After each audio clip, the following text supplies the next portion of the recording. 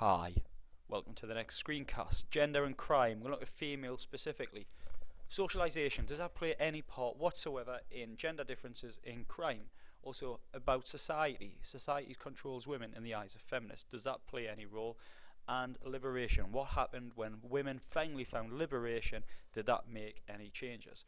So the first thing, socialisation. There's functionalist sex role theory. Okay, that's a theory. You need to make sure you know about it. So this idea of boys being boys and boys being brought up to act like masculine and rough and rumble and tumble and roll around on the floor fighting each other, whereas a girl sit there nicely playing with a tea set and their dolls and acting very mother-like. Parsons, we obviously all came across him in first year. You got to think about who's going to actually benefit from this idea of this nuclear family. Well, if you think about the nuclear family, men go to work, so the men aren't going to be around doing the primary socialisation. So boys are going to be socialised by their mother. So they, in the eyes of Parsons, they're going to find this compulsory masculinity. That's where boys start showing aggression and also, acting up and acting like what a boy should look like, and kind of breaking away from what mom says they're supposed to do. It's interesting, really, when you think about that, though, that this idea of nuclear family, it's good for society, it doesn't create ASBOs, etc., etc. When you think about it this way, it actually, could potentially create problems, because these boys are rebelling against this female matrifocal, okay, where the woman is the focal point in the family, that idea. In terms of socialisation, that is, remember. Albert Cohen, not to be confused with Stanley Cohen. Albert Cohen says that boys lack this male role model, so they're going to find it from somewhere else. They're going to find it in gangs, they're going to find it in the peers. They're going to look for someone who is a strong male character. Strong male characters, especially in school, tend to be the troublemakers. They're very you're not going to go hanging around with the lads in science club or the maths club if you want a real good male role model who meets the idea of this traditional man being the strong guy.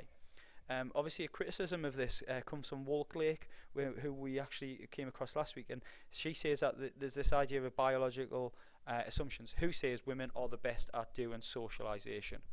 As a feminists, not necessarily biological. So, second thing we'll look at, patriarchal control. Okay, Heidenson comes up with this idea, and it's very much a feminist approach to this lower female crime rate. So this is a reason why women commit less crime. So Heidenson believes that women are more conformist. They conform to society's norms, what's expected of them. They conform to gender norms as well. So girls acting like girls, not like men who are thugs. Also believes that society has greater control over women. So by greater control, it means that there's less opportunity. So women in the household, it means they can't go out of the household, they can't commit crimes. Society and the family are forcing them into a situation where they're not able to commit a crime. Now, these controls happen in three places according to this patriarchal control idea. First one is the home, so constant domestic roles. So the fact that they're having to stay in the house and they're doing cooking and cleaning means they don't have an opportunity to be a criminal. But if they do try to break away from this nuclear family, this domestic role, what happens? Well, Dorbash and Dorbash believe that domestic violence comes out as a result of it. So women who try to get out of these gender roles and try to get away from this patriarchal family of traditional nuclear family, it actually ends up in violence. So things like domestic violence. So that may be another reason that they're controlled. They don't want to because they know there's a threat there. Men exert these controls in various ways. If you think about it, it's not just physical, it can be emotional abuse and financial abuse. If the man is controlling the finances in a traditional nuclear family because he's the breadwinner, then the female doesn't have the financial opportunity of going out on the town, for instance, go out on the lash or whatever. She doesn't have that opportunity, so she can't act it. Interestingly, Heidenson and other feminist theorists believes that daughters are treated exactly the same way. So these controls aren't just necessarily for the wife, for the mother, but daughters are also controlled in the same way. The second one is the public. Okay, so we have this fear or threat of male violence. So women are controlled through the public because of this fear. Bit of statistics for you there. But interestingly, media sensationalization and labeling, and this idea of stranger danger, For instance, you're only going to be attacked by someone you don't know in a dark alley outside a nightclub or whatever. Well, majority of rapes happen in the home, for instance. The majority of violent acts actually happen in the home. Majority of sexual violence happens in the home or in the household anyway. So you need to be really careful when you think about stuff like that. The idea of reputations as well links back to gender roles. Lee's looks at this quite a bit, and the idea that if you don't act like a girl in school, if you start kind of rebelling and start acting like what boys do, and you get labelled stuff like a slag, or if you don't conform, you get labelled frigid and stuff like that. So you're controlled in that way as well.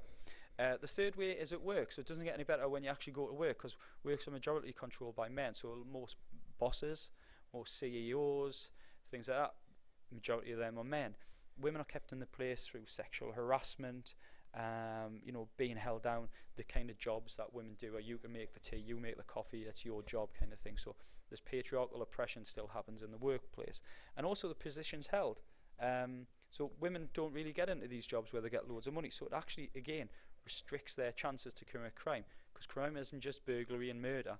White collar crime, if you're not in a position to commit tax fraud and evasion because you're not a CEO or you're not high up in a company, then you're not going to be able to do it. So in terms of the patriarchal control, the idea is that women aren't able to commit crime, so there's less female crime because of these ideas.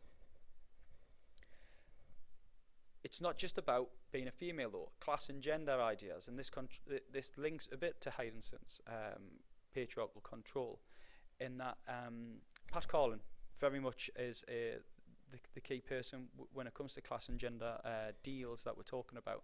And this agrees with Box and Hale, and we covered Box a little bit last week, in that marginalisation, working class have no representation. So those who are marginalised will commit more crime potentially. So the study looked at working class convicted women between the age of 15 and 46. Poverty was a massive factor. It's not the only factor, but a huge factor. So it's not necessarily just because they are a female. And then Colin suggests these rewards of social conformity. So if women conform to certain social influences and certain social norms, then they are either less or more likely to actually commit crimes. Class, for instance, is where, if you work, then you get money and you get status, so you don't need to commit crime. The other thing is gender. If you are living in a patriarchal society and a patriarchal family, then you're going to be looked after. So if you conform to that gender deal, then you're going to be all right. You're going to be looked after. You're going to be given rewards. Those rewards being a house, money, etc., etc. Evaluation of this, so Heidenson and Colin. Heidenson particularly is that this patriarchal thing, it prevents women from committing crime. Colin looks at this idea that if there is a failure to conform or get rewards from these, especially the gender one, if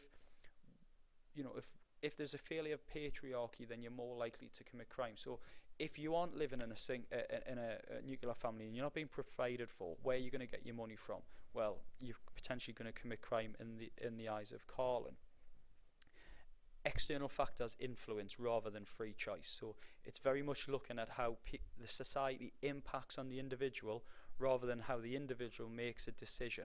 So if you think about the ideas we've come over the last few weeks about how it's very individual, the individual gets to choose. Well, it's not necessarily the case in the eyes of these theories. Something I need you to think about is issues regarding how Carlin carried out her research, unstructured tape interviews. Can you think about and bring with you to the next lesson some ideas about what the issues, good and bad, are for using that method of research? Thank you very much. Okay, liberation thesis by Adler. This idea that women get liberation, they've got equality. So if women have equality in society, sure, there's going to be equality in crime. As equality goes up, crime's going to go up. Not necessarily the case, as you can see. Women are committing less crimes than men, so it doesn't necessarily show that. The amount and type of crime kind of changes. So what Adler suggests is that there's more opportunity to commit crime. So the amount changes. So women can now commit white collar crime. They're out in society, so they can create more crime. and also they're doing more men crimes and white collar crimes. Support for this theory is that between the 50s and the 90s there's been a big increase in female crimes. So 1 in 7 female crimes in the 1950s were carried out by a female. That's increased to 1 in 6 in around about the 90s. And as I said, the studies show that there's a rise in male-dominated crimes, or what are seen as male crimes, such as robbery, armed robbery, and burglary, and aggravated offences. Dunscombe also backs this up, talks about gender roles and norms. So girls are now looking for the status, and they're going to take risks to look hard in front of gangs. A lot more gangs when it comes to females, and also females being integrated into male gangs. Criticism, obviously, of Adler is this idea of liberation happened in the 1960s, where crime was on the rise in the 1950s, so that kind of doesn't show anything. The idea from Box and Hale about marginalised. The marginalised are more likely to commit crime, so this comes from Chesney Lind in 1997, is that if you are marginalised, you don't have anyone to represent you, you don't feel as though you are represented in society, you are more likely to commit crime because there's no one out there to really stop you from doing it. And Layla Hunt looked at gender roles and conformity in girl gangs, and girls still acted girly in girl gangs. It wasn't a case of just acting like a boy. There were still gender roles and conformity within there. For the next lesson, what I want you to do is obviously bring the notes from this, bring any questions you have from this, some ideas. I want you to pre-read your notes from last year on unstructured interviews, and that's going to help us when we look at the study carried out by Pat Carlin. So you need this to be aware. You'll need to be aware of it. For when we do it in class. I'll see you all next week. Take care. Bye bye.